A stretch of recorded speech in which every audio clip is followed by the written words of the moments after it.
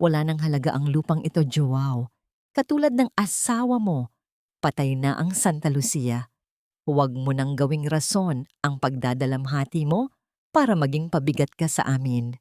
Ang boses ni Aling Perlita ay parang hapit na latigo na humahagupit sa katahimikan ng hapon.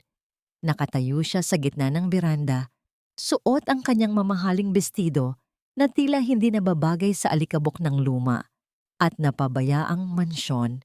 May hawak siyang makapal na bundle ng mga dokumento, ang hatol ng kamatayan para sa Hacienda Santa Lucia.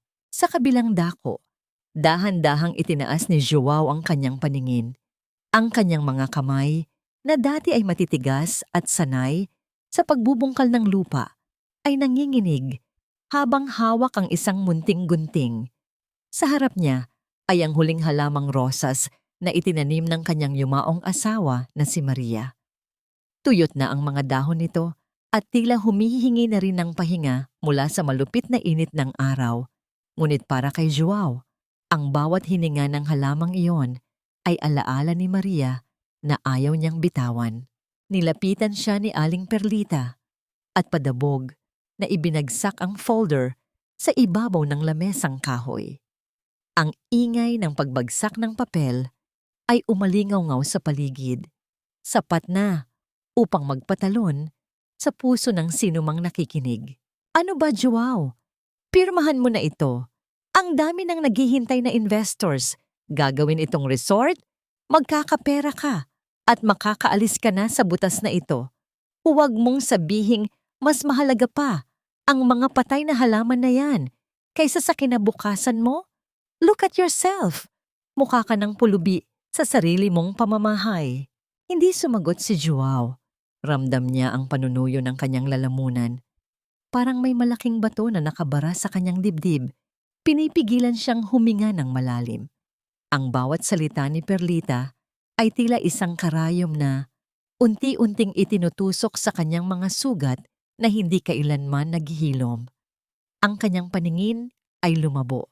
Hindi dahil sa luha, kundi dahil sa bigat ng kawalan ng pag-asa na tila lalamon sa kanya. Sa kabilang dako, ilang metro lang ang layo mula sa veranda. Sa loob ng madilim at mabangong kamalig, isang pares ng mga mata ang nakasubaybay. Si Isadora. Nakayakap siya ng mahigpit sa kanyang dalawang anak, si Leandro at ang munting si Maya. Bawat salitang binitawan ni Aling Perlita ay tila isang hatol din para sa kanila.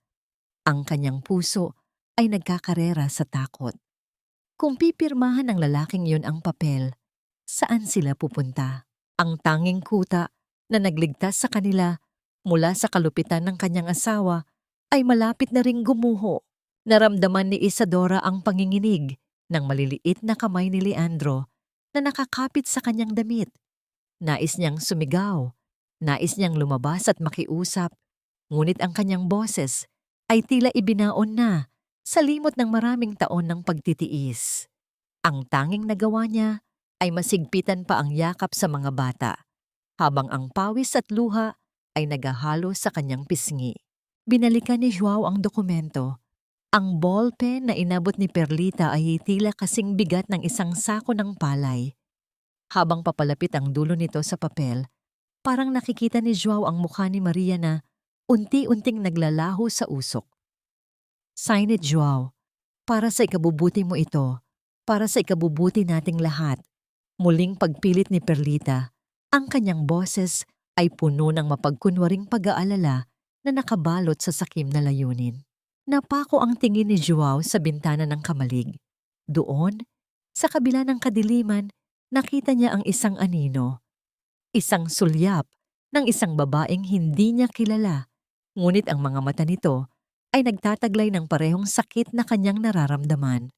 Isang tahimik na pagsusumamo na tumagos sa kanyang kaluluwa. Dahan-dahang ibinaba ni Joao ang ballpen. Ang kanyang puso ay tumitibok ng mabilis. Tila may isang digmaang nagaganap sa loob ng kanyang payat na katawan. Ang katahimikan sa paligid ay naging bingi.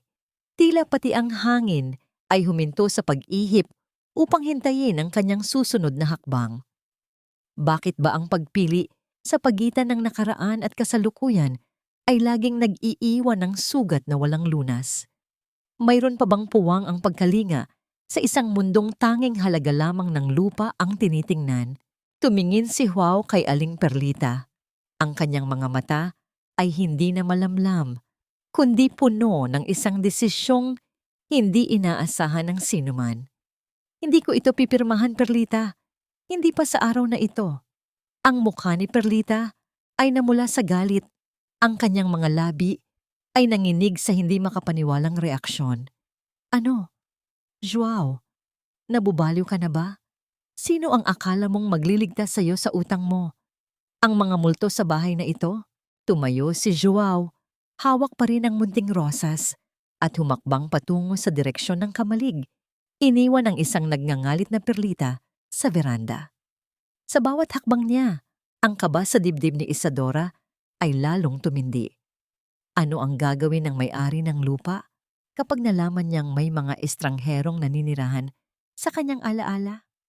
At hanggang kailan kayang panindigan ni Joao ang isang desisyong maaaring maging mitya ng kanyang tuluyang pagbagsak? Umalis na kayo rito bago ko patawagin ang mga awtoridad.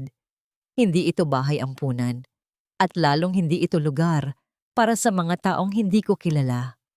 Ang boses ni Joao ay tila yelong dumaan sa mainit na hangin ng kamalig, malamig, matigas, at walang puwang para sa anumang paliwanag. Nakatayo siya sa may pintuan, ang kanyang anino ay mahaba at madilim, tila isang higante na nagbabanta sa tatlong kaluluwang nakakubli sa sulok. Dahan-dahang tumayo si Isadora mula sa pagkakaluhod sa dayami. Ang kanyang mga kamay ay nanginginig habang mahigpit na nakakapit sa nanunuyong tela ng kanyang lumang saya. Sa kanyang bisig, ang munting si Maya ay tila isang lantang bulaklak, mainit ang balat, hirap sa paghinga, at ang bawat munting ungol nito ay tila isang kutsilyo na humihiwa sa puso ni Isadora. Sir, parang awa niyo na po. Kahit ngayong gabi lang. Pagsusumamo ni Isadora. Ang kanyang boses ay paos, basag, at puno ng takot. May sakit po ang anak ko. Wala na po kaming mapuntahan. Hindi po kami masamang tao. Kailangan lang po namin ng masisilungan. Tiningnan ni Joe ang babae.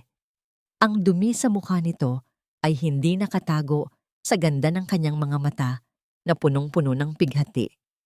Ngunit sa halip na maawa, isang matinding kirot ang naramdaman ni Joao sa kanyang dibdib. Ang presensya ng mga taong ito ay isang paalala na ang mundo ay patuloy na gumagalaw habang siya ay piniling mabulok sa nakaraan. Ang ingay ng kanilang paghihirap ay gumagambala sa katahimikan na matagal na niyang iniingatan, ang katahimikan ng kanyang pagdadalamhati. Hindi ko problema ang sakit ng anak mo, mariing sagot ni Joao, bagaman ang kanyang puso ay tila may munting pagkirot na hindi niya maipaliwanag. Maraming ospital sa bayan. Umalis na kayo bago pa bumalik ang kamag-anak ko. Mas lalong walang awa ang isang yun. Tinalikuran niya ang mag-iina. Ang bawat hakbang niya palayo ay tila pagtataksil sa sarili niyang konsensya. Ngunit mas pinili niyang maging manhid. Ayaw na niyang makaramdam. Ayaw na niyang magmahal. Ayaw na niyang mawalan muli. Sa bawat yapak ni Joao sa tuyong lupa, nararamdaman niya ang bigat ng kanyang sariling mga paa. Ang hangin ay nagsimulang lumamig at ang kalangitan ay unti-unting nagiging kulay ube at itim. Ang mga ulap ay nagsasama-sama, nagbabadya ng isang malakas na buhos ng ulan na tila makikigulo sa nag-aalab na tensyon sa paligid. Nang marating ni Joao ang beranda, muli niyang naalala ang sinabi ni Aling Perlita. Ang kasakiman ng kanyang kamag-anak ay mas nakakatakot kaysa sa gutom ng mga estranghero sa kanyang kamalig. Ngunit ang kanyang isipan ay pilit na bumabalik sa imahe ng munting batang babae na nanginginig sa lagnat. Naalala niya ang pangarap nila ni Maria na magkaroon ng sariling anak. Isang pangarap na ibinaon na rin niya sa ilalim ng lupa. Isang matalim na kidlat ang gumuhit sa langit. Nagbibigay ng panandali ang liwanag sa madilim na paligid. Kasunod nito ay ang malakas na dagundong na tila yumanig sa pundasyon ng lumang mansyon. Ang mga dahon ng puno ng nara ay nagsimulang sumayaw sa malakas na hangin at ang mga unang patak ng ulan ay nagsimulang bumagsak sa bubong na yero. Lumilikha ng isang ingay na tila libu-libong maliliit na daliri na pilit kumakatok sa kanyang puso. Huminto si Joao. Ang kanyang kamay ay nakahawak na sa doorknob ng kanyang silid, ngunit ang kanyang diwa ay naiwan sa kamalig. Doon, alam niyang ang bubong ay may mga butas. Alam niyang ang lamig ay papasok sa bawat siwang ng kahoy. Lumingon siya sa direksyon ng kamalig. Isang munting anino ang nakita niyang lumabas, si Isadora, pasan ang kanyang 2 anak, pilit na naglalakad sa gitna ng nagsisimulang bagyo. Ang babae ay tila isang marupok na kawayan na pilit lumalaban sa hagupit ng tadhana. Isang matinding pakikipagtalo ang naganap sa loob ni Joao. Ang galit ba sa mundo ang mananaig? O ang munting mitya ng kabutihan na matagal na niyang pinatay? Ang ulan ay lalong lumakas, naging isang pader ng tubig na tila nagigitna sa kanya at sa mga taong kailangan ng tulong. Sa bawat patak na tumatama sa kanyang balat, tila may isang tinig na bumubulong sa kanya. Isang tinig na katunog ng kay Maria. Bakit ba kung kailan pinili nating mag-isa, ay doon tayo tinutulak ng tadhana na tumingin sa kapwa? At hanggang kailan kayang tiisin ng isang tao ang lamig ng ulan bago niya hanapin ang init ng isang tahanan? Humakbang si Joao pababa ng veranda. Ang kanyang mga mata ay nakatuon sa naglalahong anino ni Isadora sa gitna ng bagyo. Hindi ko kayo ililigtas dahil sa awa. Ginagawa ko ito dahil ayaw kong maging multo ang konsensya ko sa pamamahay na ito. Ang mga salitang yon ni Joao ay tila isang pader na itinayo niya sa pagitan nila ni Isadora habang binubuksan niya ang pintuan ng kusina. Ang ulan ay humahagupit na sa labas at ang bawat patak nito sa bubong ay tila mga luhang hindi maubos-ubos. Basang-basa sila. Si Isadora ay nanginginig, yakap ang 2 bata, na tila ba ang sarili niyang katawan ang huling depensa nila laban sa lamig ng gabi. Dahan-dahang pumasok si Isadora. Ang kanyang mga yapak ay nag-iiwan ng maputik na marka sa malinis, ngunit maalikabok na sahig. Ang loob ng mansyon ay amoy luma. Amoy ng mga gamit na hindi na nagalaw. Amoy ng isang buhay na matagal nang huminto.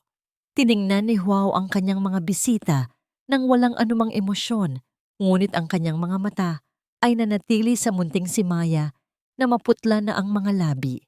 Doon kayo sa tabi ng kalan. Huwag kayong hahawak ng kahit ano na hindi ko sinasabi. Utos ni Joao bago siya lumingon at nagsimulang kumuha ng isang lumang kaldero. Nagsimulang kumilos si Joao sa loob ng kusina. Ang bawat galaw niya ay may kasamang bigat. Tila ba ang bawat kasangkapan ay may kaakibat na alaala ni Maria. Naghiwa siya ng luya. Ang matapang na amoy nito ay unti-unting pumuno sa silid, nakikipaglaban sa amoy ng basang lupa. Isinalang niya ang bigas sa apoy. Ang marahang pagbulwak ng tubig sa loob ng kaldero ay ang tanging himig na namayani sa gitna ng katahimikan ng mansyon at ng bangis ng bagyo sa labas. Habang naghihintay na maluto ang lugaw, kumuha si Joao ng isang lumang kumot mula sa aparador sa pasilyo. Sandali siyang natigilan nang mahawakan ng tela. Ito ang paboritong kumot ni Maria noong mga huling araw nito. Naramdaman niya ang pagsikip ng kanyang dibdib, ang pamilyar na kirot na tila ayaw siyang iwanan. Ngunit nang makita niya ang panginginig ni Leandro at ang tila nawawalan na ng malay na si Maya, pikit mata niyang iniabot ang kumot kay Isadora. "Salamat po, sir." "Salamat po talaga." Bulong ni Isadora, ang kanyang mga mata ay puno ng pag-aalinlangan. Hindi niya malaman kung ang lalaking ito ay isang anghel na nagkatawang tao o isa ring panganib na nakatago sa likod ng malamig na mukha. Sa mundo ni Isadora, ang bawat tulong ay may kaakibat na kapalit, at ang kawalan ng kibo ni Joao ay lalong nagpapabaon sa kanya sa kaba. Inihanda ni Joao ang 2 mangkok ng mainit na lugaw. Ang usok na lumalabas mula rito ay tila isang munting pag-asa sa gitna ng madilim na gabi. Inilapag niya ito sa lamesa at sumenyas na kumain na sila. Pinanood niya si Isadora habang maingat na sinusubuan si Maya. Tinitiyak na ang bawat kutsara ay magdadala ng init sa munting katawan nito. Bakit niyo po kami tinutulungan? Biglang tanong ni Isadora, ang kanyang boses ay halos hindi marinig sa gitna ng ragasan ng ulan. Sabi niyo kanina, umalis na kami.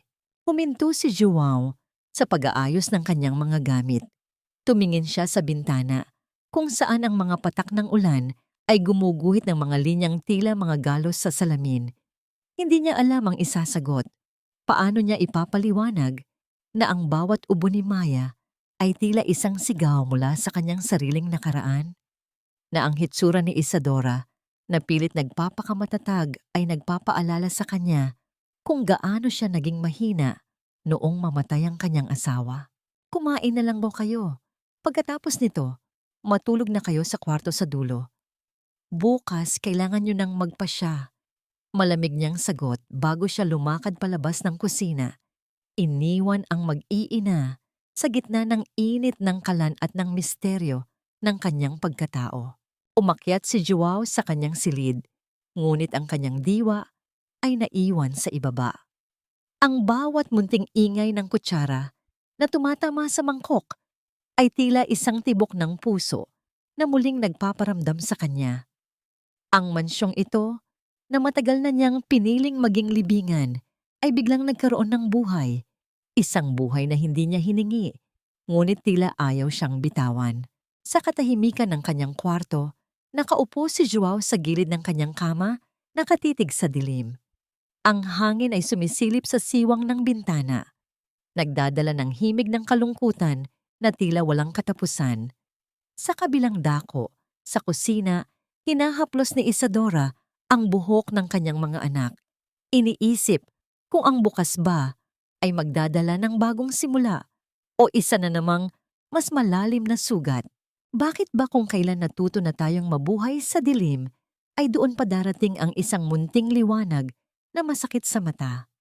Mayroon pa nga bang puwang ang pagtitiwala sa isang pusong matagal nang binalot ng galit at pighati? Anong klaseng dumi ang dinala mo rito, Joao? Hindi mo ba iginagalang ang alaala ni Maria?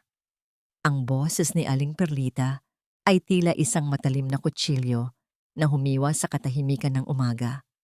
Nakatayo siya sa pintuan ng pasilyo, suot ang kanyang kulay ubing bestida at ang kanyang mga daliri na puno ng ginto ay nakaturo sa munting sapatos ni Leandro na nasa tabi ng pinto. Ang kanyang mukha ay namumula sa galit at ang bawat hininga niya ay puno ng paghamak. Sa dulo ng pasilyo, si Isadora ay napatigil sa kanyang ginagawa. Nakaluhod siya sa sahig, hawak ang isang basang-basahan, sinusubukang kuskusin ang mga taon ng alikabok na namuo sa mansyon. Ang kanyang mga kamay ay namumula dahil sa sabon at lamig at ang kanyang buhok ay maingat na nakatali. Ngunit ang lahat ng kanyang pagsisikap na maging kapaki-pakinabang ay tila nawala ng saysay sa harap ng mapanghusgang mga mata ni Perlita. At ikaw, baling ni Perlita kay Isadora, ang kanyang mga takong ay gumagawa ng matitigas na tunog sa sahig habang papalapit siya. Sino ka? Isang pulubi na nakahanap ng butas para makapasok? O baka isa ka sa mga babaeng ibinebenta ang sarili sa kanto at naghahanap ng matandang ulyanin na mabibiktima? Yumuko si Isadora.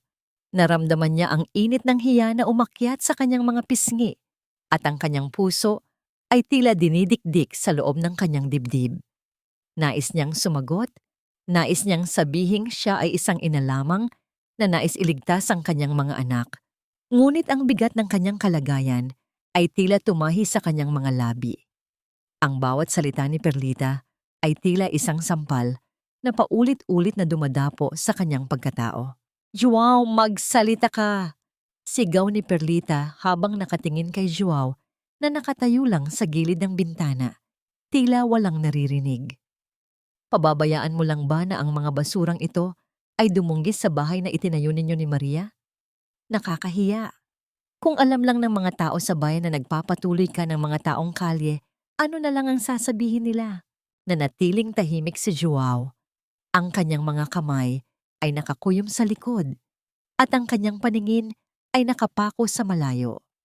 Ang katahimikan niyang iyon ay tila 1,000 karayom na tumutusok kay Isadora.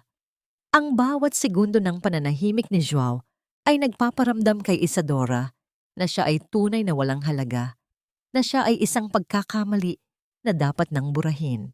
Walang puwang ang mga magnanakaw at manggaganso rito. Muling asik ni Perlita, sabay hablot sa balikat ni Isadora. Tumayo ka rito.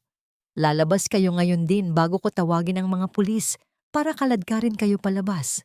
Hindi mo ba alam na bawal ang pumasok sa pag-aari ng iba ng walang pahintulot? You are a criminal and you don't belong in Santa Lucia. Nagsimulang pumatak ang mga luha ni Isadora sa sahig na kanya pang nililinis. Ang bawat patak ay tila isang tanda ng kanyang pagkatalo. Narinig niya ang munting iyak ni Maya mula sa silid, na tila nararamdaman ang panganib na kinakaharap ng kanilang ina. Sir Joao, bulong ni Isadora, ang kanyang boses ay tila isang munting hininga na naghahanap ng kakampi. Ngunit hindi lumingon si Joao. Ang kanyang likuran ay tila isang pader na hindi matitibag. Kinuha ni Perlita ang kanyang telepono sa loob ng mamahaling bag. Sige, dahil ayaw mong kumilos, Joao, ako na ang gagawa. Ipapahuli ko ang babaeng ito. Siguradong may itinatago itong madilim na nakaraan, kaya nagtatago rito. Nang magsimulang mag-dial si Perlita, dahan-dahang humarap si Joao. Ang kanyang mukha ay walang emosyon, ngunit ang kanyang mga mata ay may taglay na dilim na tila kayang patigilin ang tibok ng puso ni Perlita. Ibigay mo sa akin ang telepono, Perlita, sabi ni Joao sa isang boses na mababa, ngunit puno ng awtoridad. Bakit? Upang protektahan ang basurang ito?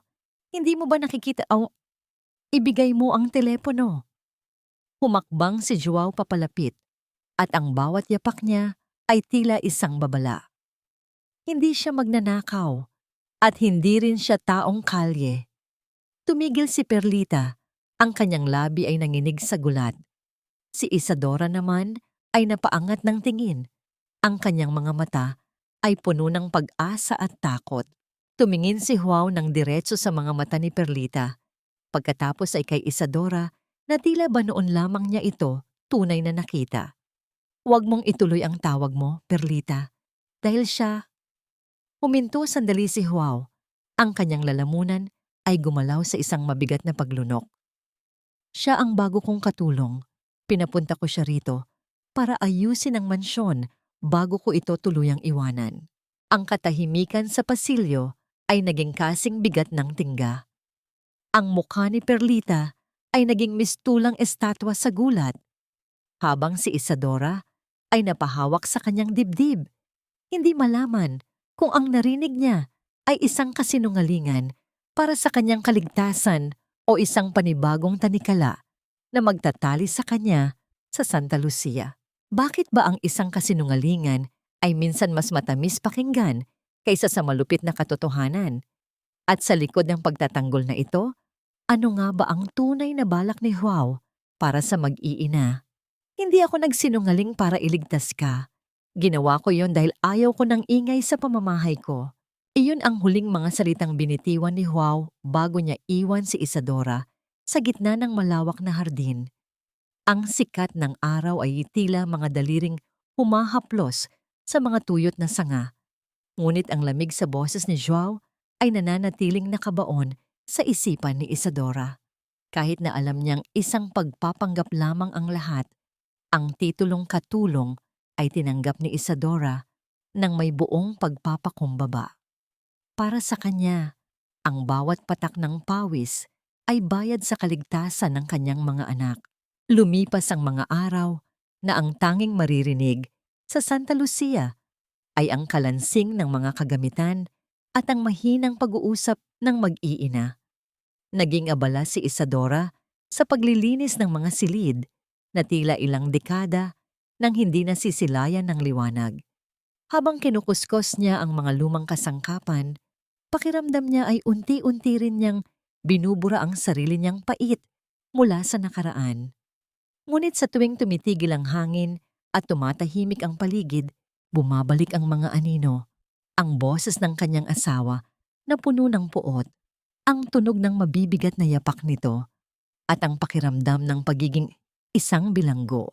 Isang hapon, habang naglalaba si Isadora sa likuran, nakita niya si Joao na nakatayo malapit sa bakuran kung saan naglalaro si Leandro.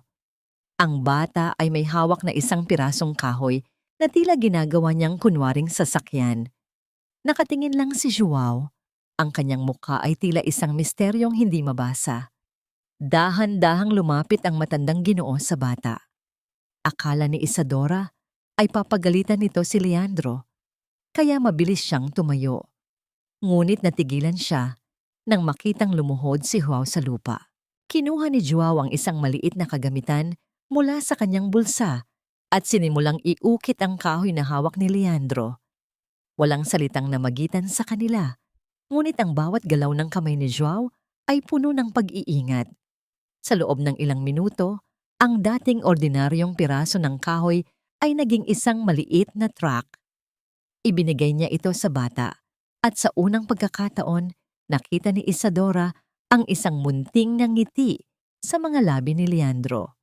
"Salamat po, Tito Joao," masayang sigaw ng bata. Tumayo si Joao at tumingin sa malayo. Tila nahihiya sa sarili niyang kabutihan. "Huwag mong iwawala yan. Gawa yan sa matibay na nara."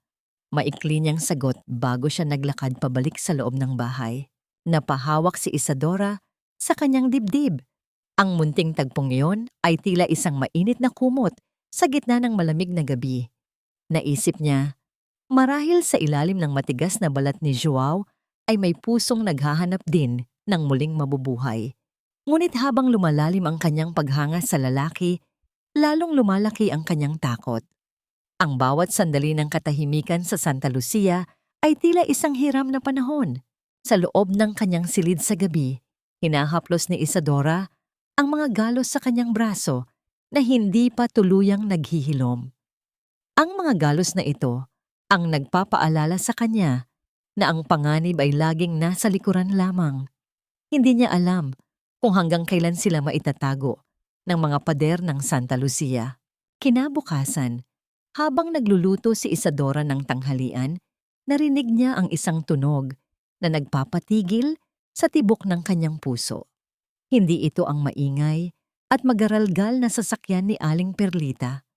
Ito ay ang banayad, ngunit nakakangilong ugong ng isang makina ng isang bagong modelo ng SUV. Ang sasakyan ay dahan-dahang huminto sa tapat ng kalawanging tarangkahan ng mansyon. Mula sa bintana ng kusina, nakita ni Isadora ang isang lalaking bumaba mula sa sasakyan. Nakasuot ito ng itim na jacket at kahit malayo, kilala ni Isadora ang tindig na iyon. Ang tindig na nagdulot sa kanya ng maraming gabi ng pighati at takot. Ang lalaki ay tumingin sa paligid. Ang kanyang mga mata ay tila naghahanap ng isang biktima na matagal nang nawawala. Nabitawan ni Isadora ang hawak niyang sandok at ang tunog nito sa sahig ay tila isang babala ng paparating na gulo. Ang kanyang mundo, na akala niya ay ligtas na, ay muling niyanig ng isang katotohanang hindi niya matatakasan. Sino ang lalaking ito na tila may dalang daloyong sa gitna ng panandaliang katahimikan ni Isadora? At ano ang gagawin ni Joao kapag nalaman niyang ang panganib na kinakatakutan ni Isadora ay nakarating na sa mismong pintuan ng Santa Lucia? Ang kapayapaan ay tila isang manipis na sinulid na madaling maputol ng isang matalas na tingin. Para kay Isadora, ang bawat sandali ng katahimikan sa Santa Lucia ay isang hiram na panaginip. Ngunit sa paghinto ng itim na sasakyan, sa tapat ng tarangkahan, ang panaginip na yon ay tila naging isang bangungot na muling nagbabalik. Ang kanyang mga kamay ay nanlamig, at ang hangin sa loob ng kusina ay tila nawalan ng oksiheno. Bawat tibok ng kanyang puso ay tila isang tambol na nagbababala ng panganib. Dahan-dahang sumilip si Isadora sa bintana Pilit na itinatago ang sarili sa likod ng lumang kurtina.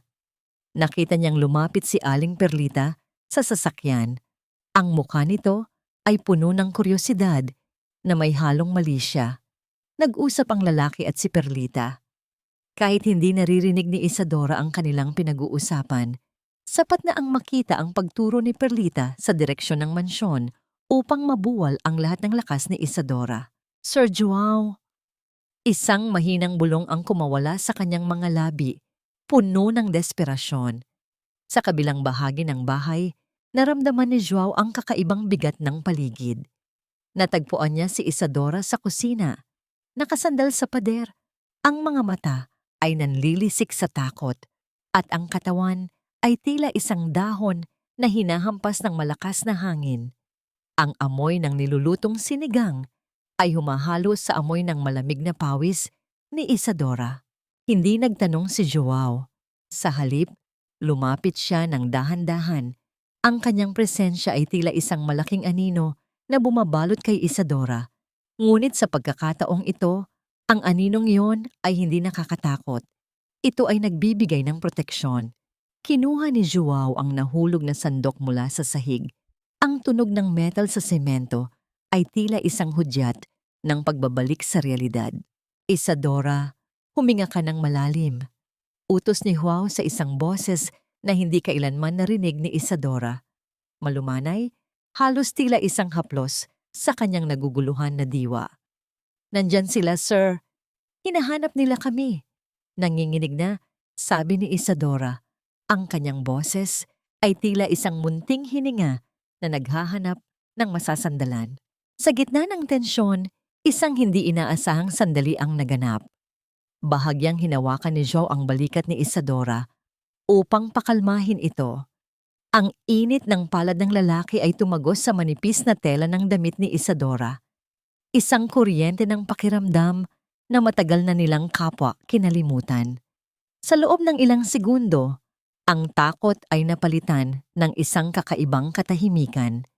Ang tibok ng kanilang mga puso ay tila nagsasama sa isang ritmo na puno ng kaba at pag-asa. Isang sandali kung saan ang dalawang pusong wasak ay panandaliang nagtagpo sa gitna ng unos. Walang salita. Tanging ang bigat ng kanilang mga hininga at ang init ng pagitan ng kanilang mga balat ang nagsilbing pangako na hindi sila mag-iisa sa laban na ito. Huwag kang matakot. Habang nasa loob ka ng bakuran ng Santa Lucia, walang sino mang makakahipo sa inyo, mariing sabi ni Joao bago siya lumakad palabas upang harapin ang sino mang nasa labas ng tarangkahan. Paglabas ni Joao, nakita niyang may hawak na isang pirasong papel si Aling Perlita. Ang kanyang kamag-anak ay may ngiting mapanira, tila nakatagpo ng isang kayamanan na gagamitin niya upang pabagsakin ang lahat ng itinayo ni Joao. Joao, mabuti at lumabas ka, sigaw ni Perlita habang iwinawagayway ang papel. May naghahanap sa katulong mo, isang lalaking handang magbayad ng malaki para lang mahanap ang kanyang nawalang asawa. At tignan mo, may picture pa. Tiningnan ni Joao ang papel. Ang larawan ni Isadora ay nandoon, ngunit hindi ito ang Isadora na kilala niya sa Santa Lucia. Ang babae sa larawan ay mukhang isang mamahaling manika na walang buhay. Malayo sa matapang na inang, nakita niyang nagkukuskos ng sahig at nag-aalaga sa kanyang mga anak. Sino ang nagbigay nito sa iyo, Perlita? Tanong ni Joao. Ang kanyang boses ay tila isang babala ng paparating na bagyo. Isang matikas na lalaki. Hector daw ang pangalan. Sagot ni Perlita. Ang kanyang mga mata ay nagniningning sa kasamaan. Sabi niya, ninakaw daw ng babaeng yan ang mga alahas niya at itinakas ang mga anak nila. Joao, pinapatuloy mo ang isang kriminal. Ang langit ay muling nagdilim at ang hangin ay nagsimulang umihip ng malakas. Tila nakikiramay sa tensyong bumabalot sa Santa Lucia. Ang lihim ni Isadora ay hindi na lamang isang bulong sa dilim. Ito ay naging isang sandata na ngayon ay hawak na ng kanyang pinakamalaking kaaway. Hanggang kailan kayang panindigan ni Joao ang kanyang pangako sa gitna ng mga paratang na maaaring sumira sa kanyang sariling dangal. At ano ang gagawin ni Isadora kapag nalaman niyang ang taong kanyang pinakakinatatakutan ay mayroon ng kakampi sa loob mismo ng mansyon? Ang isang pusakal na tulad mo ay hindi kailanman magiging bahagi ng dangal ng Santa Lucia. Kahit balutin mo pa ang sarili mo sa kabutihan, amoy basura ka pa rin sa paningin ng mga taong may tunay na halaga. Ang mga salitang iyon ni Aling Perlita ay tila mga linta na dahan-dahang sumisipsip sa natitirang lakas ni Isadora. Nakatayo ang matandang babae sa gitna ng sala. Ang kanyang mga kamay ay nakabaywang habang tinitingnan si Isadora na kasalukuyang maingat na nagtutupi ng mga lumang baro ni Maria.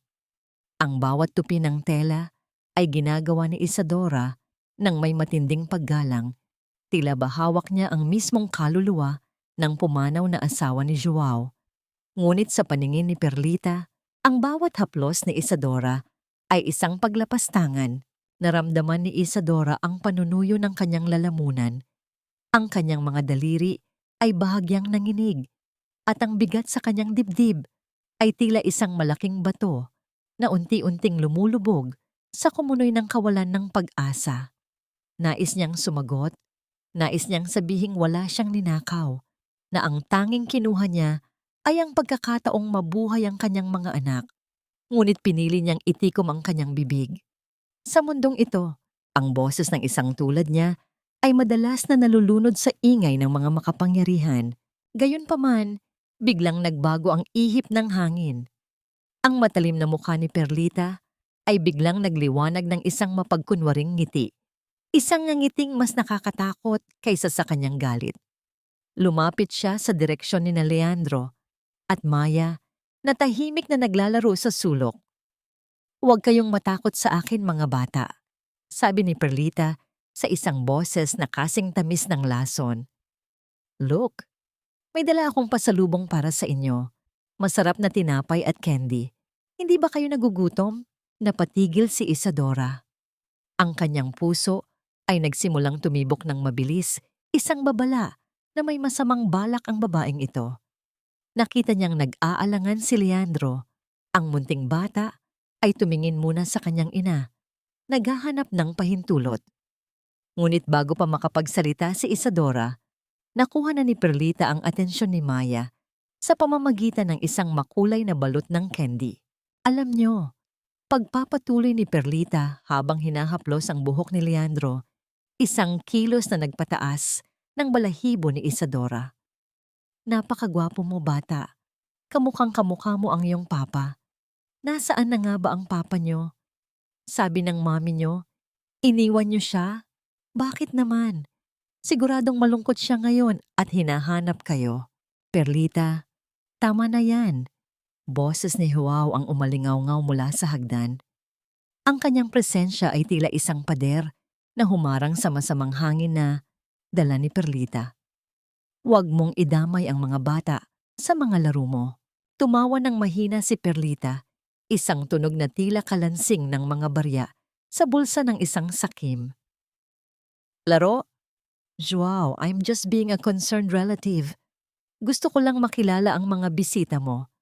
Anyway, aalis na ako. Marami pa akong dapat asikasuhin sa bayan. Pero tandaan mo, Joao, ang katotohanan ay parang tubig. Kahit gaano mo itago, gagawa at gagawa ito ng daan para lumabas." Habang naglalakad palabas si Perlita, sinadya niyang dumaan malapit kay Isadora at bumulong sa isang tono na tila isang sumpa. "I know who you are, Isadora. At alam ko rin kung magkano ang halaga mo para kay Hector." Naiwang nanginginig si Isadora. Ang pangalang Hector ay tila isang kulog na yumanig sa kanyang buong pagkatao. Nang makaalis ang sasakyan ni Perlita, mabilis na nilapitan ni Isadora ang kanyang mga anak at niyakap sila ng mahigpit. Tila ba sinusubukang burahin ang bakas ng mga kamay ni Perlita sa kanilang balat. Tiningnan ni Joao si Isadora. Gusto niyang magtanong, gusto niyang malaman kung hanggang saan ang lalim ng panganib na dala ng babaeng ito. Ngunit nakita niya ang pagguho ng mundo sa mga mata ni Isadora. Ang mansyong Santa Lucia, na akala niya ay naging kuta na laban sa mundo, ay tila naging isang malaking bitag na dahan-dahang nagsasara. Sa kabilang dako, habang bumabaybay sa kalsada, inilabas ni Aling Perlita ang kanyang telepono. Ang kanyang mga mata ay nagniningning sa katuwaan habang tinititigan ang numero ni Hector sa kapirasong papel.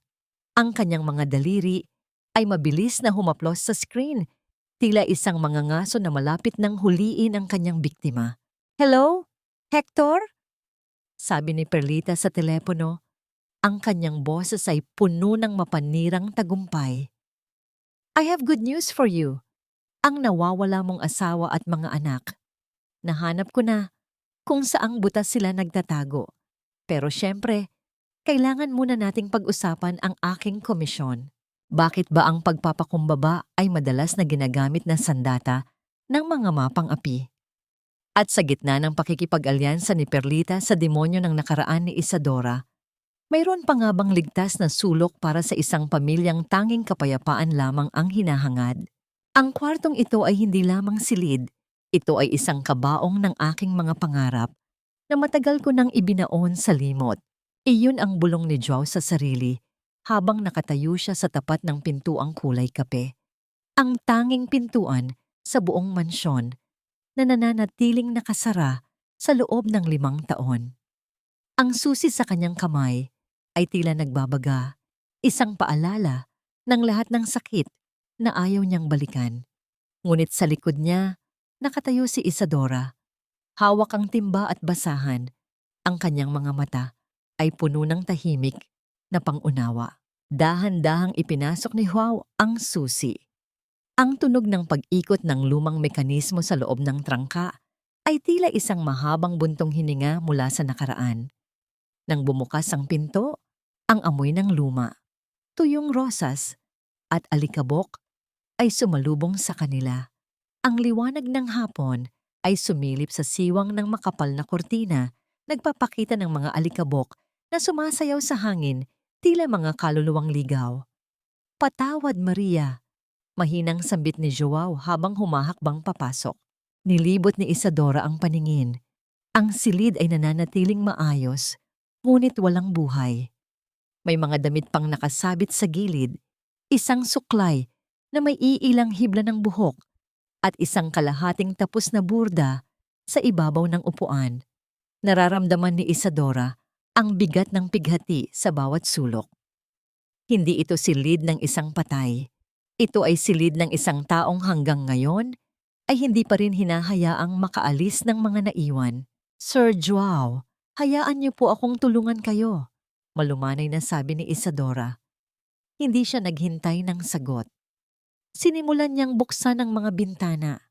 Ang tunog ng paghila sa mabigat na tela ng kurtina ay nagdulot ng pagpasok ng sariwang hangin at liwanag na tila nagpapalaya sa mga anino ng kalungkutan. Habang naglilinis, nagtagpo ang kanilang mga mata sa harap ng isang malaking salamin. Nakita ni Joao ang kanyang sarili, matanda, pagod, at puno ng pagsisisi. Ngunit sa tabi ng kanyang refleksyon ay ang imahe ni Isadora, isang babaeng puno ng sugat, ngunit patuloy na lumalaban.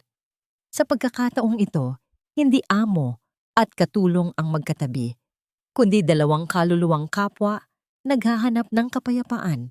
Minsan, ang paglilinis ay hindi lang tungkol sa pag-alis ng dumi, sabi ni Isadora habang maingat na pinupunasan ang munting altar ni Maria. Ito ay tungkol sa pagbibigay ng puwang para sa mga bagong alaala nang hindi kinakalimutan ang mga dati. Natigilan si Joao. Lumapit siya sa isang munting kahon na gawa sa nara na nakapatong sa tokador. Sa loob nito ay ang mga liham ni Maria. Kinuha niya ang isa na tila hindi pa nabubuksan, isang sulat na may petsang ilang linggo bago ito pumanaw. Nang buksan ni Joao ang papel, ang boses ni Maria ay tila umalingaw-ngaw sa kanyang isipan. Ngunit habang binabasa niya ang mga huling talata, ang kanyang puso ay tila tumigil sa pagtibok. "Joao, aking mahal, may isang lihim akong hindi nasabi sa iyo. Noong bata pa ako, May isang kapatid akong babae na nahiwalay sa amin dahil sa kahirapan. Ang tanging tanda ko sa kanya ay ang munting balat sa kanyang kanang balikat na hugis bituin. Kung sakaling hindi ko na siya mahanap, sana ay ang tadhana ang gumawa ng paraan. Nabitawan ni Joao ang papel. Ang kanyang hininga ay naging mababaw. Dahan-dahan siyang lumingon kay Isadora na nooy kasalukuyang inaabot ang isang mataas na bahagi ng istante. Dahil sa pagkilos na yon, bahagyang nausog ang suot niyang kupas na blusa sa kanang bahagi ng kanyang balikat. Doon, sa ilalim ng maputlang liwanag ng araw, nakita ni Joao ang isang munting balat. Maitim, maliit, at malinaw ang hugis. Isang bituin. Ang katahimikan sa loob ng silid ay naging kasing bigat ng isang dambuhalang bato. Ang tibok ng puso ni Joao ay tila isang tambol na nagwawala sa loob ng kanyang dibdib. Hindi siya makapagsalita. Ang kanyang lalamunan ay tila tinahian ng libu-libong emosyon. Isang luhang matagal nang itinatago, ang dahan-dahang gumuhit sa kanyang kulubot na pisngi. Isadora. Ang tanging salitang lumabas sa kanyang mga labi. Ngunit ito ay puno ng isang katotohanang maaaring magpabago sa lahat. Tumingin si Isadora sa kanya. Takot at pagtataka ang rumehistro sa kanyang mukha. Bakit po, Sir Joao? May mali po ba? Bakit ba ang tadhana ay mahilig maglaro sa gitna ng ating paghihirap? Ang babaeng kinupkop ni Joao mula sa dilim, ang babaeng tinitingnan ni Perlita na basura. Maaari nga bang siya ang huling hiling ng kanyang pumanaw na asawa? Huwag mong itapon ang alak sa baso na parang nagpapakain ka lang ng baboy, Isadora. Ayusin mo ang tindig mo, nakakahiya sa mga bisita. Ang boses ni Aling Perlita ay tila isang matalim na huni ng kuliglig sa gitna ng marangyang pagtitipon sa veranda ng mansyon. Sinadya niyang tipunin ang mga kilalang tao sa bayan, ang mga donya na mahilig sa chismis at ang mga opisyal na mapanghusga upang ipakita sa lahat ang pagbagsak ni Joao Serafim. Sa gitna ng tawanan at kalansing ng mga mamahaling baso, si Isadora ay nagsisilbing sentro ng panunukso. Suot ang kanyang simpleng uniforme na tila isang batik ng dumi sa isang puting tela. Nakatayo si Joao sa isang sulok, hawak ang isang baso ng alak na hindi niya iniinuman. Ang kanyang isipan ay hindi naroon sa ingay ng piging. Ito ay nakakulong pa rin sa silid ni Maria, sa imahe ng munting bituin sa balikat ni Isadora.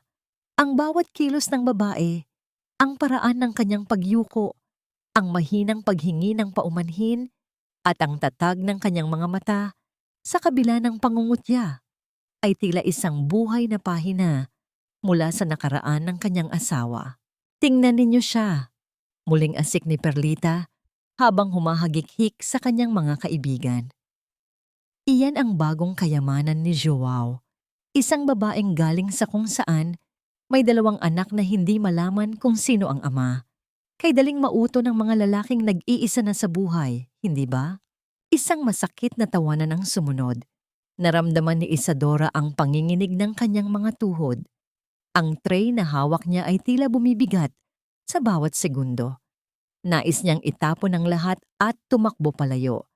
Ngunit naisip niya si Leandro at Maya na kasalukuyang nakatago sa kusina. Para sa kanila, titiisin niya ang bawat dura ng salita. Biglang lumapit si Joao. Ang kanyang mga yapak ay matitigas at puno ng bigat, na tila nagpapatahimik sa bawat usapan sa paligid. Huminto siya sa tapat ni Isadora.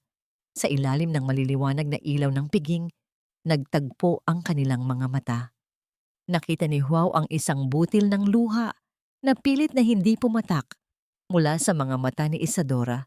Isang luhang puno ng dangal na pilit dinidikdik ni Perlita. Dahan-dahang kinuha ni Joao ang tray mula sa mga kamay ni Isadora.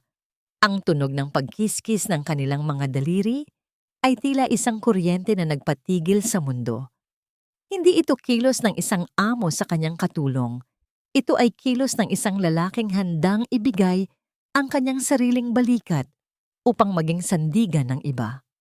Sobra na ang alak mo, Perlita. sabi ni Joao. Ang kanyang boses ay tila isang kulog na nagpatahimik sa buong beranda.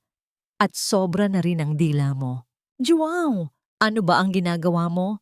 Ipinapahiya mo ako sa harap ng mga bisita? Bulyaw ni Perlita. Ang kanyang mukha ay namula sa matinding hiya at galit. Hindi ikaw ang ipinapahiya ko, Perlita. Ipinapahiya mo ang sarili mo sa bawat salitang lumalabas sa bibig mo. Mariing sagot ni Joao. Inilapag niya ang tray sa lamesa at hinawakan ang braso ni Isadora. Hindi upang saktan, kundi upang iakay ito palayo sa gitna ng entablado ng panunukso. Si Isadora ay hindi lamang basta katulong sa bahay na ito. Siya ay bahagi ng Santa Lucia at sino mang humamak sa kanya ay humahamak din sa akin. Ang katahimikan sa piging ay naging kasing lamig ng semento. Ang mga bisita ay nagkatinginan, puno ng bulong-bulungan. Si Perlita ay tila isang bulkang malapit nang sumabog. Ang kanyang mga mata ay nanlilisik sa puot habang tinitingnan ang likuran ng dalawa na naglalakad palayo. Ngunit sa gitna ng tensyong yon, isang malakas na tunog ng pagpreno ng sasakyan ang narinig mula sa tarangkahan. Ang tunog ng bakal na pintuan na pilit binubuksan ay umalingaw-ngaw sa buong paligid. Isang lalaki ang pumasok, matangkad, matikas ang tindig, at may mga matang tila nanggagaling sa kailaliman ng impyerno. Naramdaman ni Isadora ang paghinto ng tibok ng kanyang puso. Ang tray na iniwan ni Joao ay tila muling nanginginig sa kanyang paningin, kahit hindi na niya ito hawak. Ang lalaki ay tumingin sa paligid, bago itinoon ang kanyang paningin kay Isadora. Isang mapait at nakakangilong ng ngiti ang gumuhit sa kanyang mga labi. Isadora, aking mahal, sabi ng lalaki, ang kanyang boses ay puno ng huwad na lambing na nagpataas ng balahibo ng lahat ng nakikinig. Akala mo ba ay ganun na lang kadaling takasan ang iyong sumpa? Ang piging ng panlilinlang ay natapos, ngunit ang tunay na gulo ay nagsisimula pa lamang. Sino ang lalaking ito na may dalang dilim sa gitna ng liwanag? At paano ipagtatanggol ni Joao ang isang babaeng ang nakaraan ay muling kumatok sa kanyang pintuan nang may kasamang bagsik? Ipinahiya mo ako sa buong mundo, Isadora. Akala mo ba matatakasan mo ang mga kasalanan mo sa pamamagitan ng pagtatago sa ilalim ng saya ng matandang ito? Ang boses ni Hector ay tila isang lason na dahan-dahang gumagapang sa sistema ni Isadora. Sa gitna ng beranda, kung saan kanina lamang ay nagahari ang tawanan, ngayon ay tila naging isang korte ng hatol. Ang mga bisita ay nakatitig, ang kanilang mga bulong ay tila mga huni ng mga buwitreng naghihintay ng pagkamatay ng isang biktima. Naramdaman ni Isadora ang panlalambot ng kanyang mga tuhod. Ang bawat hininga niya ay tila may kasamang bubog, matalim at mahirap lunukin. Tumingin siya kay Joao na nooy nakatayo sa pagitan niya at ni Hector. Ang likuran ni Joao ay tila isang dambuhalang pader, ngunit alam ni Isadora ang bangis ng lalaking nasa harap nila. Si Hector ay hindi tao. Siya ay isang halimaw na nakasuot ng mamahaling baro. Wala siyang kasalanan sa iyo, Hector. At wala siyang kailangang ipaliwanag. Mariing sabi ni Joao. Ang kanyang mga kamay ay nakakuyom. Ang bawat ugat sa kanyang braso ay bakas ng matinding pagpipigil. Talaga? Wala? Tumawa si Hector. Isang tunog na tila kalansing ng mga bakal na tanikala. Ninakaw niya ang aking yaman, Joao. Itinakas niya ang aking mga anak. At ngayon, nalaman ko na lang na namumuhay siya rito bilang isang, katulong? O baka naman higit pa roon. Isang malakas na sampal ng realidad ang dumapo sa pagkatao ni Isadora nang marinig ang mga paratang na yon. Alam niyang nagsisinungaling si Hector upang makuha ang simpatiya ng mga tao, ngunit ang lason ay nakakalat na. Nakita niya ang mapanirang ngiti ni Aling Perlita sa gilid, tila isang ahas na nagtagumpay sa kanyang panunuklaw. Umalis ka na, Hector. Bago ko patawagin ang mga awtoridad sa panggagulo mo sa aking pribadong pag-aari. Utos ni Joao. Ang katahimikan ng gabi ay nabasag ng tunog ng mabigat na paghakbang ni Joao papalapit kay Hector. Aalis ako. Pero hindi pa tayo tapos, Isadora. Hindi mo alam kung anong impyerno ang dala ko para sa'yo. Bulong ni Hector. Sapat na upang marinig ni Isadora at magdulot ng matinding panginginig sa kanyang buong katawan. Nang lisanin ni Hector at ng mga bisita ang mansyon, ang Santa Lucia ay binalot ng isang nakabibinging katahimikan. Ngunit ito ay hindi ang katahimikang nagbibigay ng kapayapaan. Ito ay ang katahimikang bago, ang isang malakas na dilubyo. Dinala ni Joao si Isadora sa loob ng bahay. Doon, sa ilalim ng malamlam na ilaw ng sala, bumuhos ang lahat ng sakit. Isinalaysay ni Isadora ang lahat. Ang bawat pasok ng kamao ni Hector sa kanyang katawan. Ang bawat gabing hindi siya makatulog sa takot. At ang tanging dahilan kung bakit siya tumakas upang iligtas ang buhay ni Leandro at Maya. Akala ko ligtas na kami rito. Hikbi ni Isadora. Ang kanyang mga kamay ay nakatakip sa kanyang muka habang ang mga luha ay umaagos sa pagitan ng kanyang mga daliri. Ligtas kayo rito, Isadora. Maniwala ka sa akin, sagot ni Joao.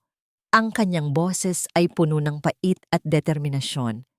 Ang kanyang puso ay nag-aalab, hindi lamang dahil sa galit kay Hector, kundi dahil sa pagkilala sa babaeng ito bilang kapatid ng kanyang pinakamamahal na si Maria. Lumipas ang ilang oras.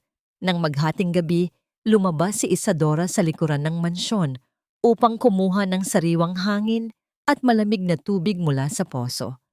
Ang kadiliman ay tila isang makapal na kumot na bumabalot sa paligid. Ang mga kuliglig ay tila tumigil sa pag-awit at ang hangin ay naging kasing lamig ng kamatayan. Biglang, isang malakas na bisig ang pumulupot sa kanyang leeg mula sa likuran. Isang kamay ang marahas na nagtakip sa kanyang bibig, pinipigilan ang anumang sigaw na nais kumawala. Ang amoy ng mamahaling pabango na hinaluan ng amoy ng alak ay sumalubong sa kanyang pangamoy, ang amoy ni Hector. Akala mo ba matatapos ito sa isang pagpapaalis? Bulong ni Hector sa kanyang tainga. Ang kanyang tinig ay tila isang matalim na kutsilyo. Ngayon, titikman mo ang hagupit ng aking pagbabalik. Sa madilim na sulok ng sansaw, ang pakikipagbuno ni Isadora ay tila isang sayaw ng kamatayan. Ang bawat kalansing ng mga dahon sa paligid at ang tunog ng mabibigat na paghinga ay ang tanging saksi sa malupit na tagpong ito.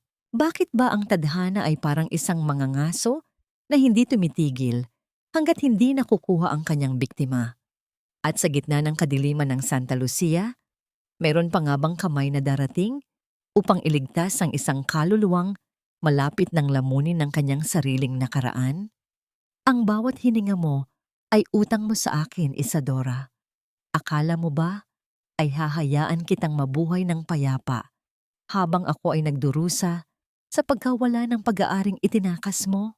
Ang boses ni Hector ay tila isang malapot na putik na bumabalot sa pandinig ni Isadora, habang ang kanyang leeg ay mariing iniipit ng braso ng lalaki. Ang bawat pagsisikap niyang huminga ay nagdudulot ng matinding hapdi sa kanyang lalamunan. Ang amoy ng alak at tabako mula kay Hector ay tila isang lason na nagpapahina sa kanyang mga tuhod. Sa gitna ng kadiliman ng likod bahay, ang mga bituin ay tila nagtatago. Ayaw saksihan ang muling pagbabalik ng karahasang matagal nang tinatakasan ni Isadora. Bitawan mo siya, Hector, bago ko pa tuluyang kalimutan na may batas na nagtatanggol sa mga tulad mong halimaw. Ang boses ni Joao ay tila isang malamig na hanging umihip mula sa mansyon. Nakatayo siya sa may hagdanan ng kusina, hawak ang isang lumang gasera na nagbibigay ng madilim at tila sumasayaw na liwanag sa paligid. Ang kanyang mga mata ay hindi nagpapakita ng takot, kundi ng isang matinding puot na tila kayang tumunaw ng bakal. Dahan-dahang binitawan ni Hector si Isadora na agad na napaluhod sa lupa, pilit na kumukuha ng hangin habang hawak ang kanyang sumasakit na leeg. Isang mapait na tawa ang kumawala sa mga labi ni Hector habang inaayos niya ang kanyang jacket. Masyado kang maprotekta sa isang babaeng hindi mo naman kaano-ano, Joao. Pangungutya ni Hector. Huwag kang mag-alala. Hindi ko siya sasaktan. Sa ngayon, gusto ko lang ipaalala sa kanya na ang mga tanikalang ikinabit ko sa kanya ay hinding-hindi mapuputol ng kahit sinong matanda. Sa isang huling masamang tingin kay Isadora, tumalikod si Hector at naglakad palayo sa kadiliman. Ang kanyang mga yapak sa tuyong dahon ay tila isang babala na siya ay babalik. Mabilis na nilapitan ni Joao si Isadora. Ang kanyang kamay ay nanginginig habang inaalala yan itong tumayo. Ayos ka lang ba? Isadora, tumingin ka sa akin. Bulong ni Joao. Ang kanyang boses ay puno ng pag-aalala na matagal na niyang hindi naramdaman para sa ibang tao. Ngunit hindi sumagot si Isadora. Sa halip, isang biglaang pangamba ang gumuhit sa kanyang mukha.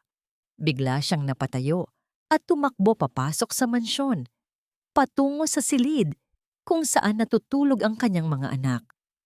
Ang kanyang mga yapak sa sahig na kahoy ay tila isang mabilis na tibok ng puso na puno ng takot. Leandro! Maya! Tawag ni Isadora nang buksan niya ang pinto. Sa loob ng silid ang munting si Maya ay mahimbing na natutulog. Ngunit ang higaan ni Leandro ay walang laman. Ang bintana ng silid ay bahagyang nakabukas at ang kurtina ay sumasayaw sa hangin na tila isang aninong nagpapaalam. Wala si Leandro. Joao, wala ang anak ko. Isang matinis na tili ng pighati ang kumawala sa mga labi ni Isadora. Ang kanyang mundo ay tila gumuho sa isang iglap. Nagsimula siyang mag-ikot sa buong bahay. Hinahanap ang bawat sulok, tinatawag ang pangalan ng kanyang panganay, ngunit tanging ang alingawngaw ng kanyang sariling boses ang sumasagot sa kanya. Ang takot na naramdaman ni Isadora sa harap ni Hector ay walang-wala kumpara sa takot na nararamdaman niya ngayon. Ang isiping maaaring nakuha ni Hector ang bata o ang bata ay tumakas sa gitna ng dilim dahil sa takot ay tila isang kutsilyong paulit-ulit na sumasaksak sa kanyang puso. Lumabas si Joao sa veranda.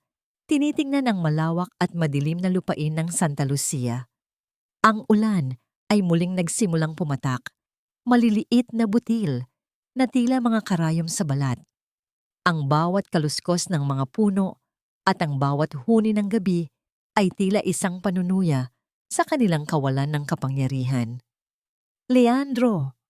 Ang sigaw ni Isadora ay pumunit sa katahimikan ng gabi, humahalo sa hagupit ng hangin at sa ingay ng nagsisimulang bagyo. Saan nagpunta ang isang bata sa gitna ng ganitong kadiliman? At paano makakayanan ng isang ina ang mawalan ng bahagi ng kanyang buhay sa sandaling akala niya ay nahanap na niya ang kaligtasan? Ang bawat segundo ng pagkawala ni Leandro ay tila isang tanikala na lalong humihigpit sa leeg ni Isadora. Pinapatay ang huling mitya ng pag-asa sa kanyang puso. Leandro! Anak! Nasaan ka? Ang boses ni Isadora ay tila isang sugatang ibon na pilit lumilipad sa gitna ng malakas na buhos ng ulan. Ang bawat patak ng tubig na tumatama sa kanyang mukha ay kasing pait ng kanyang mga luha. Ang dilim ng gabi sa Santa Lucia ay tila isang dambuhalang hayop na lalamon sa lahat ng kanyang pag-asa. Nakatakbo na siya sa bawat sulok ng mansyon, sa bawat madilim na pasilyo, ngunit tanging ang nakakangilong katahimikan ang sumasagot sa kanya. Sa labas, ang hangin ay humahagulgol, tila nakikiramay sa pighati ng isang ina. Ang putik sa kanyang mga paa ay bumibigat sa bawat hakbang, ngunit hindi niya nararamdaman ang pagod. Ang tanging nararamdaman niya ay ang butas sa kanyang puso na iniwan ng pagkawala ng kanyang panganay. Isadora, bumalik ka rito, magsasama tayo sa paghahanap. Sigaw ni Joao habang hinahabol ang babae sa gitna ng bakuran. Hawak niya ang isang malaking flashlight na ang liwanag ay pilit binabasag ang pader ng ulan. Ang kanyang mga damit ay basang-basa na rin at ang kanyang matandang katawan ay nanginginig sa lamig. Ngunit ang apoy sa kanyang loob ay mas matindi pa sa bagyo. Nang maabutan ni Joao si Isadora, malapit sa malaking puno ng nara, biglang bumagsak ang babae sa kanyang mga tuhod. Ang kanyang mga kamay ay bumaon sa basang lupa at ang kanyang katawan ay niyanig ng matitinding hikbi. Kasalanan ko ito, Sir Joao. Kasalanan ko ang lahat. Hagulgol ni Isadora. Sana ay hindi na lang kami dumating dito. Sana ay hinayaan ko na lang nasaktan ako ni Hector. Huwag lang mawala ang anak ko, ang Santa Lucia. Akala ko ay langit ito, pero bakit tila naging impyerno muli? Hindi nagsalita si Joao. Lumapit siya at marahang ipinatong ang kanyang kamay sa balikat ni Isadora. Sa gitna ng unos, ang haplos na yon ay tila isang anchor na nagpapatigil sa pag-anod ng kaluluwa ni Isadora. Hindi ito haplos ng isang amo. Ito ay haplos ng isang taong alam ang pakiramdam ng mawalan ng lahat. Huwag kang sumuko, Isadora. Hindi kita pababayaan. Hahanapin natin siya. Bulong ni Joao. Ang kanyang boses ay nanginginig sa lalim ng emosyon. Biglang may naalala si Joao. Isang munting alaala ng usapan nila ni Leandro noong nakaraang araw sa ilalim ng beranda. Naalala niya kung paano nagtanong ang bata tungkol sa magandang babae sa litrato, si Maria. Naalala niya ang sinabi ng bata na gusto niyang humingi ng tulong sa anghel upang hindi na sila saktan ng kanilang papa. Ang sementeryo ng pamilya. Bulong ni Joao. Isadora, alam ko na kung nasaan siya. Mabilis silang naglakad patungo sa munting burol sa dulo ng lupain kung saan nakahimlay ang mga ninuno ni Joao at ang kanyang asawang si Maria. Ang bawat hakbang sa putikan ay lumilikha ng talsik ng tubig at tunog ng pagsipsip ng lupa sa kanilang mga paa. Ang liwanag ng flashlight ni Joao ay sumasayaw sa pagitan ng mga damo hanggang sa marating nila ang puting marmol na lapida ni Maria. Doon sa gitna ng malamig na ulan, nakita nila ang isang munting anino. Nakaluhod ang munting si Leandro, nakayakap ng mahigpit sa lapida ni Maria. Ang kanyang maliit na katawan ay nanginginig sa tindi ng ginaw at ang kanyang mukha ay nakasubsob sa malamig na semetoto. Leandro! Sigaw ni Isadora habang mabilis na lumapit at binuhat ang anak. Diyos ko anak, bakit ka nagpunta rito? Niyakap ni Isadora ang bata ng buong lakas, pilit na ibinibigay ang init ng kanyang sariling katawan. Ang munting si Leandro ay dahan-dahang nagmulat ng mata. Ang kanyang mga labi ay kulay asul na sa lamig. Sabi po ni Tito Joao, anghel daw po si Ma'am Maria. Mahinang bulong ng bata, ang kanyang boses ay halos hindi marinig sa gitna ng patak ng ulan. Hinihingi ko po sa kanya na protektahan tayo kay Papa. Akala ko po, naririnig niya ako. Nanigas si Joao sa kanyang kinatatayuan. Ang mga salita ng bata ay tila isang mitya na muling nagpasiklab sa kanyang natutulog na puso. Sa harap ng puntod ng kanyang asawa, nakita niya ang isang bagong kahulugan ng buhay. Ang pagprotekta sa mag-iinang ito ay hindi na lamang isang obligasyon. Ito ay naging isang misyon na ibinigay sa kanya ni Maria mula sa kabilang buhay. Kinuha ni Joao ang kanyang sariling suot na makapal na jacket at maingat na ibinalot ito sa mag-ina. Ang kanyang mga mata ay nanatili sa lapida ni Maria. Tila nagpapasalamat sa paggabay nito. Ang katahimikan sa paligid ay nabasag lamang ng mahihinang hikbi ng pasasalamat ni Isadora. Ngunit sa gitna ng kanilang muling pagkakasama, isang anino ang nakatayo sa di kalayuan, sa ilalim ng malaking puno ng acacia. Isang pares ng mga mata ang nanlilisik sa galit habang pinapanood ang tagpong iyon. Ang sigarilyong hawak nito ay nagbibigay ng isang munting pulang liwanag sa gitna ng dilim. Isang babala na ang panganib ay hindi pa tapos, kundi naghihintay lamang ng tamang sandali upang muling umatake. Hanggang kailan kayang panindigan ni Joao ang kanyang pangako sa harap ng puntod ng kanyang asawa? At sa muling pagtatagpo ng pamilya, anong panibagong sakripisyo ang hihilingin sa kanila ng malupit na tadhana? Ang pirapirasong papel na ito ang magpapasya kung sino ang itatapon sa kalsada, ang pamilyang pilit mong kinukupkop o ang sarili mong pangalan. Joao. Ang boses ni Aling Perlita ay tila isang matalas na rantsa na pumupunit sa katahimikan ng umaga sa Santa Lucia. Nakatayo siya sa gitna ng sala, suot ang kanyang kulay gintong bestida na tila sumasalamin sa kanyang pagkasilaw sa salapi. Sa kanyang kamay, ang pamilyar na folder ng kasunduan sa pagbebenta ng lupa ay nakalatag na sa lamesa, tila isang bitag na naghihintay ng biktima. Sa tabi niya, nakatayo si Hector. Ang lalaki ay may mapanuyang ngiti. Ang kanyang mga mata ay nakatitig kay Isadora. Nakasalukuyang yakap ang kanyang dalawang anak sa sulok ng silid. Ang bawat hininga ni Isadora ay puno ng panginginig. Ang presensya ng kanyang asawa sa loob ng mansyong ito ay tila isang lason na dahan-dahang pumapatay sa kanyang huling pag-asa. Pirmahan mo na ito, Joao. Muling pagpilit ni Perlita, ang kanyang mga daliri ay nagtatap sa ibabaw ng folder. Lumilikha ng isang nakakangilong ritmo. Sinabi na sa akin ni Hector ang lahat. Ang babaeng yan ay isang magnanakaw. Kung ayaw mong madamay sa kaso niya, ibenta mo na ang lupa at paalisin ang mga hampas lupang ito. Isipin mo ang dangal ng pamilya Serafim. Dahan-dahang lumapit si Joao sa lamesa. Ang kanyang mga yapak sa sahig na kahoy ay tila isang mabagal na martsa patungo sa isang malaking desisyon. Tumingin siya kay Perlita, pagkatapos ay kay Hector. Ang kanyang paningin ay nanatiling malamig, ngunit sa loob ng kanyang dibdib, ang bawat salita ni Perlita ay tila isang apoy na nagpapaalab sa kanyang galit. Danggal, bulong ni Joao. Ang kanyang boses ay tila isang malalim na dagundong mula sa kailaliman ng lupa. Nagsasalita ka tungkol sa dangal, Perlita, habang nakikipag-alyansa ka sa isang lalaking nananakit ng babae at nananakot ng mga bata? Alam ko ang lahat, Perlita. Alam ko ang tungkol sa mga komisyong kinukuha mo mula sa mga investors. Alam ko kung paano mo dahan-dahang binubutas ang pondo ng Santa Lucia sa loob ng maraming taon. Ang mukha ni Perlita ay biglang namutla. Ang kanyang mga labi ay nanginginig sa gulat. Anong sinasabi mo? Joao, nagkakamali ka. Hindi ako nagkakamali, mariing sagot ni Joao. Kahit kailan ay hindi mo minahal ang Santa Lucia.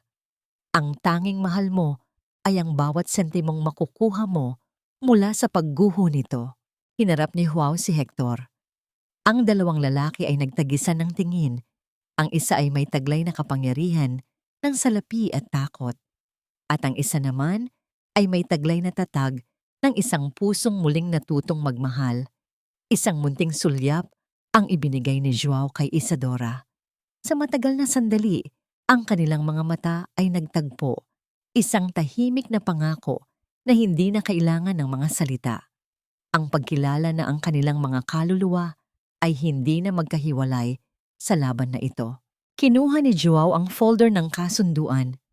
Ang tunog ng pagkiskis ng papel sa lamesa ay tila isang babala. Inaasahan ni Perlita ang isang pirma, ngunit sa halip, itinaas ni Joao ang mga dokumento. Sa isang marahas at mabilis na pagkilos, pinunit ni Joao ang mga papel sa gitna. Ang tunog ng pagkapunit ng makapal na papel ay umaling-aungaw sa buong sala. Tila isang pagsabog na wumasak sa lahat ng plano ni Perlita. Ang mga pira-pirasong papel ay dahan-dahang lumipad sa hangin. Tila mga puting talulot ng bulaklak na nahulog sa lupa. Wala ng kasunduan, Perlita. At wala ka ng lugar sa pamamahay na ito, sabi ni Joao. Ang kanyang daliri ay nakaturo sa pintuan. Umalis kayo ngayon din, bago ko pa ipakita sa inyo kung paano protektahan ng isang Serafim ang kanyang tunay na tahanan. Ang mukha ni Hector ay nagdilim. Ang kanyang kamao ay nakakuyom ng mahigpit. Akala mo ba ay tapos na ito, matanda? Hindi mo alam kung anong apoy ang sinindihan mo. Lumabas kayo. Ang sigaw ni Joao ay yumanig sa mga pader ng mansyon, isang tinig na puno ng awtoridad na hindi matatanggihan, puno ng puot at hiya. Mabilis na lumabas si Perlita at Hector. Ang tunog ng pag-alis ng kanilang sasakyan ay tila isang malaking buntong hininga ng kaluwagan para sa buong Santa Lucia. Napasandal si Isadora sa pader. Ang kanyang mga tuhod ay nanginig sa tindi ng emosyon. Lumapit si Joao sa kanya. Ang kanyang mukha ay pagod, ngunit puno ng kapayapaan. Tapos na ang kanilang laro, Isadora, bulong ni Joao. Ngunit sa kabila ng panandaliang tagumpay, may isang lihim na hindi pa nasasabi. Sa pag-alis ni Hector, nakita ni Joao ang isang maliit na bagay na nahulog mula sa bulsa ng lalaki. Isang susi na may tatak ng Santa Lucia. Paano nagkaroon si Hector ng susi sa isa sa mga pintuan ng mansyon? Ang panganib ay hindi pa tuluyang lumisan. Ito ay dahan-dahang gumagapang pabalik sa gitna ng kadiliman, naghihintay ng tamang sandali upang muling bawiin ang lahat. Ang bawat bagong sibol na dahon sa Santa Lucia ay tila isang munting himala. Isang patunay na ang lupang matagal ng tigang ay muling natutong magmahal. Ang sikat ng araw sa umagang yon ay hindi na tila nanunuyo, kundi banayad na humahaplos sa mga pisngi ni Isadora habang siya ay nasa gitna ng hardin. Hawak niya ang isang lumang pandilig at sa bawat patak ng tubig sa tuyot na lupa, tila may bahagi ng kanyang puso na muling nabubuhay. Ang amoy ng basang lupa at ang halimuyak ng mga rosas na muling bumubuka ay nagbibigay ng isang uri ng kapayapaan na akala niya ay kailanman ay hindi na niya mararanasan. Sa di kalayuan, nakikita niya si Joao. Nakaupo ang matandang Ginoo sa isang mababang silya. Tinuturuan si Leandro kung paano maingat na talian ang mga sanga ng gumamela. Ang seryosong mukha ni Joao ay paminsan-minsang nagliliwanag kapag nagtatanong ang bata. Ang bawat tawa ni Leandro at ang bawat banayad na utos ni Joao ay tila isang musika na bumabalot sa buong mansyon. Ang Santa Lucia ay hindi na lamang isang kabaong ng mga alaala. Ito ay nagiging isang duyan ng bagong simula. Sir Joao, tingnan niyo po ang mga rosas ni Mama Maria. Marami na po silang usbong, tawag ni Isadora ng may munting ngiti. Tumayo si Joao at dahan-dahang lumapit. Huminto siya sa tapat ni Isadora at sa loob ng ilang sandali, tanging ang huni ng mga ibon at ang marahang pag-ihip ng hangin ang namagitan sa kanila. Tiningnan ni Joao ang mga bulaklak, pagkatapos ay itinuon ang kanyang paningin kay Isadora. Ang kanyang mga mata ay hindi na malamlam at puno ng pighati. Mayroon na itong kislap ng isang taong nakahanap ng dahilan upang muling gumising sa umaga.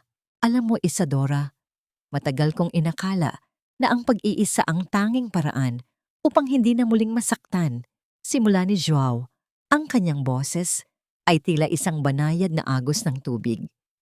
Ngunit nang dumating kayo, ipinaalala ninyo sa akin na ang buhay ay hindi tungkol sa pag-iwas sa sakit, kundi sa paghahanap ng taong karapat-dapat paglaanan ng iyong pagkalinga. Dahan-dahang kinuha ni Joao ang kamay ni Isadora. Ang kanyang mga palad ay magaspang dahil sa paggawa, ngunit ang init nito ay tumagos sa buong pagkatao ni Isadora. Isang sandali kung saan ang lahat ng takot, lahat ng pasakit sa nakaraan, at lahat ng pag-aalinlangan ay tila naglaho sa ilalim ng asul na langit. Ang ugnayan ng kanilang mga balat ay isang tahimik na tipan, isang pangako ng proteksyon at pag-ibig na mas matatag pa sa mga pader ng mansyon. Isadora, hindi mo na kailangang magtrabaho rito bilang katulong. Pagpapatuloy ni Joao, ang kanyang mga mata ay diretso sa mga mata ni Isadora. Nais kong manatili kayo rito bilang pamilya. Nais kong maging ama ni Nina, Leandro at Maya. Nais kong maging bahagi kayo ng bawat bukas ko. Naramdaman ni Isadora ang pag-apaw ng emosyon sa kanyang dibdib. Ang mga luhang pumatak sa kanyang pisngi ay hindi na luha ng takot, kundi luha ng wagas na kaligayahan. Tumango siya ng dahan-dahan, hindi makapagsalita sa tindi ng pasasalamat. Sa unang pagkakataon sa kanyang buhay, naramdaman niyang siya ay tunay na tahanan. Gayunpaman, habang lumulubog ang araw at ang kulay ube ay dahan-dahang lumalamon sa kalangitan, isang matinding kaba ang muling dumapo kay Joao.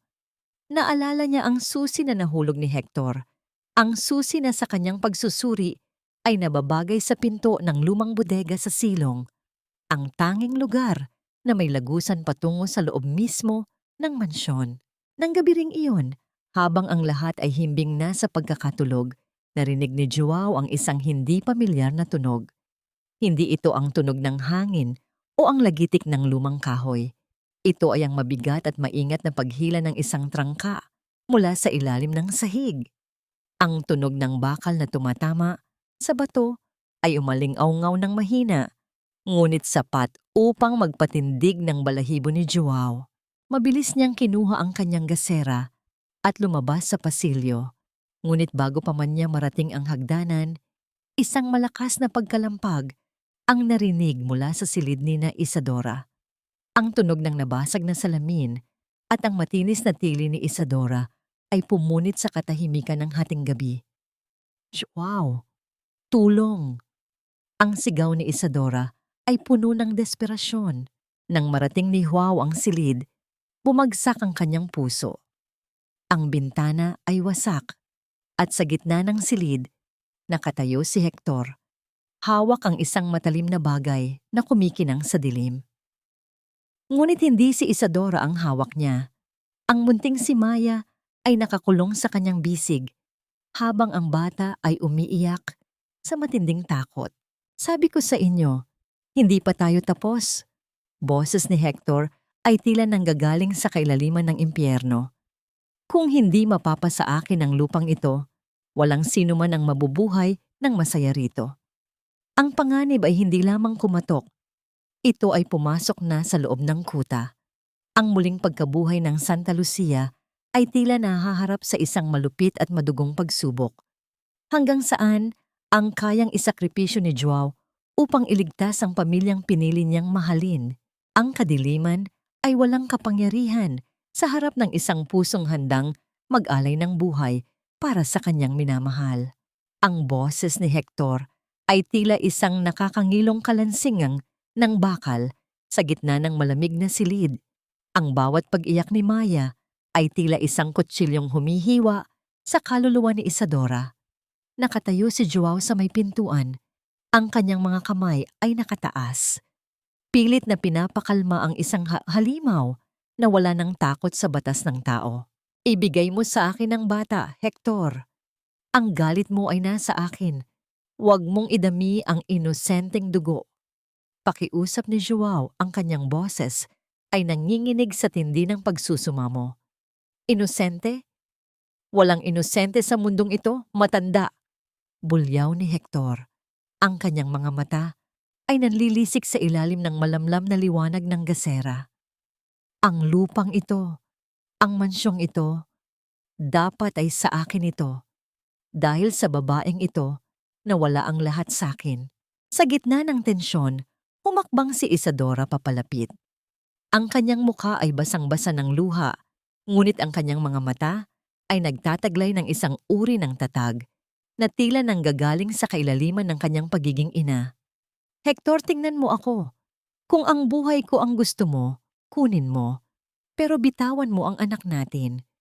Huwag mo siyang saktan dahil sa galit mo sa akin. Dahan-dahang ibinaba ni Hector ang hawak niyang matalim na bagay sa leeg ni Maya. Tila nag-iisip. Ngunit bago pa siya makakilos, nagsalita si Joao sa isang boses na puno ng kapangyarihan at katotohanan. Hector, alam mo ba kung sino ang pinagmamalupitan mo? Ang babaeng yan. Si Isadora. Siya ang kapatid ni Maria. Siya ang tunay na tagapagmana ng dugong dumadaloy sa Santa Lucia. Ang saktan mo siya ay ang paglapastangan sa mismong lupang kinatatayuan mo. Ang katahimikan sa silid ay naging kasing bigat ng isang dambuhalang bato. Natigilan si Hector. Ang kanyang pagkagulat ay nagbigay ng isang munting pagkakataon. Sa isang mabilis na pagkilos, nakuha ni Joao ang atensyon ni Hector, habang si Isadora ay mabilis na hinablot si Maya mula sa bisig ng lalaki. Walang naganap na madugong labanan. Tanging ang tunog ng pagbagsak ni Hector sa kanyang mga tuhod, isang lalaking tuluyan nang tinalo ng kanyang sariling kasakiman at ng katotohanang hindi niya kailanman matatatanggap. Ang mga awtoridad na tinawagan ni Joao bago pa man pumasok sa silid ay dumating at kinuha ang lalaking naging anino ng takot sa buhay ni Isadora. Lumipas ang mga buwan. Ang Santa Lucia ay muling nabalot ng kulay at buhay. Ang mga rosas ni Maria ay hindi na lamang usbong, kundi mga ganap ng bulaklak na nagbibigay ng halimuyak sa buong bakuran. Si Aling Perlita ay tuluyan ng lumisan sa bayan matapos mabunyag ang kanyang mga ilegal na transaksyon. Naiwang walang anuman, kundi ang kanyang sariling pait. Isang hapon, nakaupo ang pamilya sa beranda. Si Joao, Isadora, Leandro at Maya ay magkakasamang kumakain ng masarap na merienda. Ang tawanan ng mga bata ay tila isang anghel na awit na nagpapalaya sa bawat bakas ng nakaraan. Inilabas ni Joao ang isang munting kuwintas na may pendant na hugis bituin, ang huling alaala ni Maria. Maingat niya itong isinuot sa leeg ni Isadora. Ang ugnayan ng kanilang mga daliri ay tila isang huling simponya ng paghilom. Nahanap na natin ang ating kapayapaan, Isadora. Bulong ni Joao. Opo, Tito Joao. At higit sa lahat, nahanap na rin natin ang tunay na kahulugan ng pamilya. Sagot ni Isadora, habang nakasandal ang kanyang ulo sa balikat ng lalaking nagbigay sa kanya ng bagong buhay.